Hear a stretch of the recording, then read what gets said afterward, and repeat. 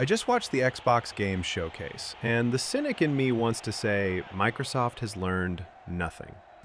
The optimist in me says, give them more time. For context, Xbox was my platform.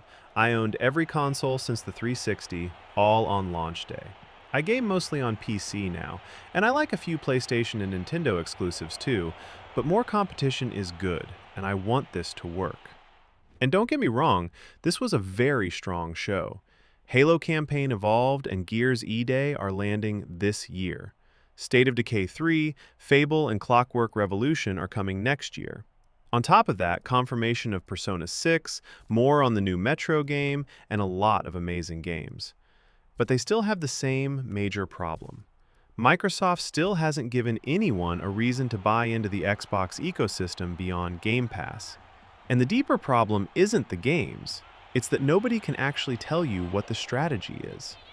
So they announced two console exclusives, Gears E-Day and Clockwork Revolution.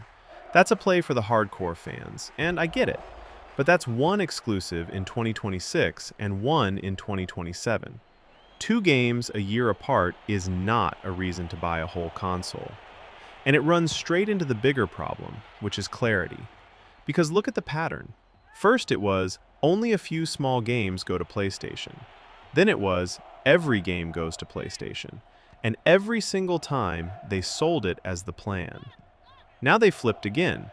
Gears and Clockwork are locked to Xbox, while Halo, Fable, Sensuna, and every game Bethesda and Activision make still go everywhere. So what is the point of these two exclusives? Because no one is going to buy an Xbox just for two exclusives, and how long does any of this actually last? And what am I supposed to expect next? Without a clear strategy, two exclusives over 2 years is just an empty gesture. Look, I'm not here to dunk on Xbox. I want them to win. Like I said, more competition is good for everyone. But after watching all of that, I'm right where I was before the show. Amazing games, but I want them to give gamers a reason to buy back in beyond Game Pass, and it still doesn't exist. Maybe that changes over time. It just didn't today. Anyway, that's where I land. So I want to know where you're at. Has Microsoft lost you, or are you still giving them time? Drop it in the comments. And if you got something out of this, hit subscribe. It really helps the channel. And if you're looking for more, check out my videos on Gothic 3 and Alpha Spectrum. Regardless, thanks for watching, and I'll catch you in the next one.